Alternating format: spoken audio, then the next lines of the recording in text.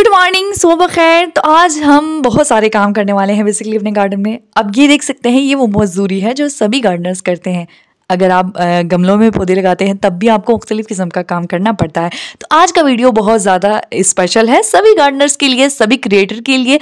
और आज का अहम टॉपिक है खाद देना, और मैं देने वाली हूँ गार्डन में खाद। हम गार्डनर्स कभी भी खाद की अहमियत को नज़रअंदाज नहीं कर सकते, ये पौधों के लिए बहुत ज़्यादा ज़रूरी होता है। लेकिन बात यहाँ पर ये आ जाती है कि फंगस वाली खाद, मतलब अक्सर खाद में फंगस होती है और हमें पता नहीं होता और हम पौधों को दे देते हैं, जिसकी वजह से पौधे ख़राब होते हैं। और बेसिकली जब हम खाद का लफ्ज़ लेते हैं तो हमारे पास गोबर की खाद ये एक बेस्ट ऑप्शन है, मतलब सभी लोग इसका इस्तेमाल करते हैं। लेकिन हमें नहीं पता कि इसके कुछ नुकसानात हो सकते हैं, या इसके इस्तेमाल का जो तरीक़ाकार है उसका मालूम होना बहुत ज़रूरी है, और सही मिकदार का पता होना भी बहुत ज़रूरी है। चलो आपको बताती हूँ। अक्सर जो गोबर की खाद होती है, पहले आपको ये समझ जाऊंगा कि गोबर की खाद की जो तासीर होती है वो काफ़ी ज़्यादा गर्म है, ठीक है। तो अब गर्मियाँ आ रही हैं आगे, तो गर्मियों की जो गर्मियों के लिए जो गमले तैयार करेंगे आप, उसमें भी आप गोबर की खाद मिक्स कर सकते हैं, ठीक है। लेकिन अब आजकल एक नया ट्रेंड आ गया है, ठीक है, सारे पोट्स में गोबर की खाद मिक्स करके दिखाते हैं अक्सर गार्डनर। अब जाहिर सी बात है, जो गलतियाँ होंगी तो वो मैं ज़रूर बताऊँगी आपको, सही है।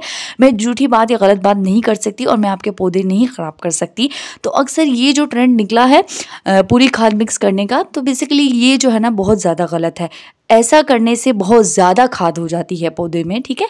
अगर आप पौधा रिपोर्ट करते हैं और आप जो है ना फिर यानी नर्सरी से जिस तरीके से आप पौधा खरीद कर लेकर आते हैं, उसके बाद जब इसे रिपोर्ट करते हैं, तो जब आप ऑलरेडी नर्सरी वालों ने खाद डाली होती है, जब आप इसे रिपोर्ट कर रहे होते हैं, जिस सॉइल मिक्स में आप रिपोर्ट कर रहे होते हैं उसमें भी आप खाद मिक्स कर देते हैं, ठीक है, गोबर की। और गोबर की खाद गर्म होती है, ठीक है, और ये गैसेस भी बनाती है। इसलिए आपने कभी भी, मैं तो समझती हूँ कि कभी भी आपने मिक्स नहीं करनी पूरे पोट में, ठीक है, गोबर की खाद। और मैं इसके बहुत ज़्यादा ख़िलाफ़ हूँ, क्योंकि ये उस टाइम तो इतना पता नहीं चलता, लेकिन बाद में जब ये गैसेस पैदा हो जाती हैं और पौधा मरने लगता है और सारे पत्ते गिरा देता है नर्सरी से आने के बाद पौधा, और हम उसकी हालत देखते हैं, तो इसी वजह से ये गलतियाँ आपने नहीं करनी, ठीक है। आप और दूसरी बड़ी बात ये कि जो है ना ऊपरी सतह पर आप दे सकते हैं, मतलब उस वक़्त आप सिर्फ सॉइल में से लगाएं। सॉइल में कुछ भी मिक्स करने की ज़रूरत नहीं है भाई, मतलब आम मिट्टी में भी अगर आप पौधा लगाएंगे तो बहुत अच्छे से ग्रो होगा। लेकिन जब पौधा थोड़ा सा बढ़ने लगे, उस पर वेजिटेबल्स लगने लगे, जैसा कि अगर आपने मिर्ची के पौधे लगाए हैं उसमें फूल आने लगे, आप देखते हैं कि कलियां बन रही हैं, तो आपने जो है ना उसमें गोबर की खाद डालनी है, सही है। उसके बाद मिर्चें लगना शुरू हो जाएंगी। हाँ, अगर आप उस वक्त गोबर की खाद नहीं डालेंगे या बिल्कुल भी किसी खाद का इस्तेमाल नहीं करेंगे, तो आपके पौधे में जो है ना पौधा तो रहेगा, ठीक है, उसमें हरियाली भी नज़र आएगी, लेकिन उसमें जो है ना मिर्चें कम लगेंगी और फूल कम आएंगे, ठीक है। और ये सारे वेजिटेबल्स में सेम होता है, ठीक है। ख़ास तौर पर जो है ना सब्ज़ी वाले जो पौधे हैं उनमें खाद की मिकदार बहुत रखनी चाहिए उस वक्त जब पौधा बड़ा हो जाए और वो सब्जी की तरफ आ जाए, ठीक है। तो उस टाइम पर इस तरीके से करना है। अब आपने समझ लिया। दूसरा बड़ी बात फंगस, ठीक है। अब हम नहीं पता कि हम कैसे पहचानेंगे ये फंगस है इस खाद में या इस खाद में नहीं है। तो आपने कोई भी ताज़ा खाद नहीं लेनी, मतलब अगर गोबर की खाद भी आप इस्तेमाल करना चाहते हैं, मैं मना नहीं कर रही, आप गर्मियों में भी इस्तेमाल कर सकते हैं, हालांकि ये गर्म होती है, लेकिन आप फिर मिकदार को कम रखें, ठीक है। और सर्दी में फिर आप मिकदार को बढ़ा भी सकते हैं, सर्दी में कोई मसला नहीं होता। पौधों को ठंड से बचाने के लिए आप ज़्यादा भी दे सकते हैं गोबर की खाद। अक्सर जो है ना गोबर की खाद से पौधे मर जाते हैं, ठीक है। वजह इसी तरीके से है कि ज़्यादा देते हैं खाद। और फ्रूट प्लांट जो होते हैं, कोई सा भी फ्रूट प्लांट हो, ख़ासकर मैं लेमन प्लांट का नाम लूँगी और मैं यहाँ अमरूद के पौधे का नाम लूँगी, ये ठंडे तासीर वाले पौधे हैं और इन्हें बिल्कुल भी जो है ना गोबर की खाद बिल्कुल पसंद नहीं है। इनमें ऑलरेडी विटामिन सी इतना मिकदार में पाया जाता है, मतलब इनमें ऑलरेडी इतनी एनर्जी है, और जो है ना इन्हें ज़रूरत नहीं है गोबर की खाद की, बिल्कुल भी ज़रूरत नहीं है।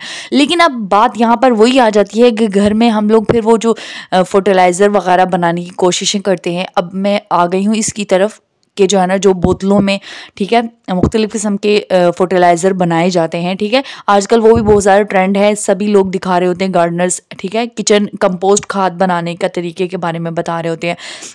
यहाँ पर मैं एक बड़ी गलती क्लियर करती चलूँ कि ये जितनी भी किचन कंपोस्ट खाद हो गया, लिक्विड फर्टिलाइज़र हो गया, किसी किस्म का भी, मैं ये मानती हूँ कि ये बनाना बिल्कुल ठीक है और इसके बहुत ज़्यादा फ़वाइद भी हैं कहीं ना कहीं।